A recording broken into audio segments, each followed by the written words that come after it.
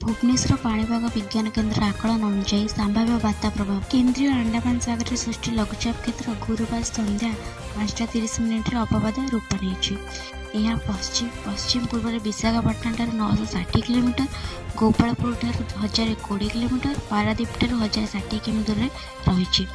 परवर्ती 24 घंटा मध्य केन्द्रीय बंगोपसागर में एक बात्या रूप ने संभावना रही। यार प्रभाव में आज राति गंजाम गजपति पुरी जगतसिंहपुर केतेक पूर्वकूल जिले में वर्षा आरंभ हो सामुद्रिक झड़ जवाद उत्तर पश्चिम दिग को गति कर 4 तारिख सकाଳେ उत्तर आंध्र प्रदेश ओडिशा उपकूल निकट समुद्र में केन्द्रीभूत हो केउं दिगरे मुहाइब से नहीं पर्यंत किसी स्पष्ट होना।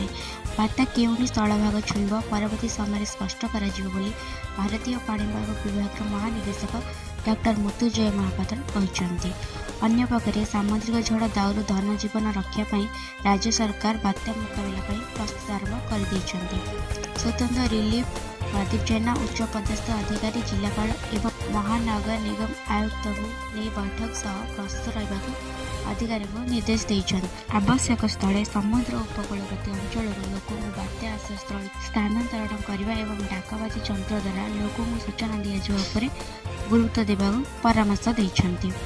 3 ରୁ 5 तारिख पर्यंत समस्त सरकारी कर्मचारी छुट्टी बातिल कर कार्यालय कर्मचारी मैंने उपस्थित रहा पाणीपाग विभाग सतर्क सूचना देता जिलागुड़ी 60टी ओड्राफ और 17टी एनडीआरएफ दल जीव लगी प्रस्तुत होती 162टी अग्निशमन दल प्रस्तुत अच्छा भाव बात्या मुकाबला मोट 225टी दल जगत सूचना दी संभाव्य बात्या प्रभाव में आज मध्यरात्रि वर्षा आरंभ हो प्रथम दक्षिण ओडिशा पर उत्तर ओडिशा रे बरसिब मध्यरात्रि पवन वेग बढ़ भोर केन्द्रीय बंगोपसागर पवन वेग बढ़ी घंटा प्रति 65 ରୁ 75 किमी वेग में बहीपे झटका पवन घंटा प्रति 85 किमी बहबार संभावना रही।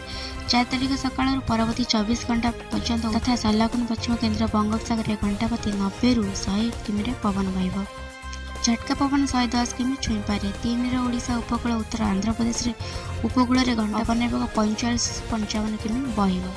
भुवनेश्वर पाणीपाग विज्ञान केन्द्र आकलन अनुसार संभाव्य बात्या प्रभाव में आज गजपति गंजाम जिले में यही 2टी स्थान में प्रबल अति प्रबल वर्षा संभावना रही। पुरी जगतसिंहपुर केन्द्रापड़ा रायगढ़ एवं कोरापुट जिलार 1 ରୁ 2टी स्थान में प्रबल वर्षा होईपारे।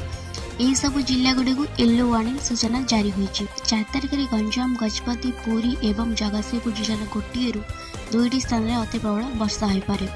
उक्त 4 जिला को रेड वार्निंग जारी होती। एसह केन्द्रापड़ा कटक खोर्धा नयागढ़ कंधमाल रायगढ़ कोरापुट को ऑरेंज वार्निंग भाव जारी कर भद्रक बालेश्वर जाजपुर और मालकानगिरी जिला को येलो वार्निंग दि जाएगी। बात्या आज 5 तारिख जाए मत्स्यजीवी समुद्र जीव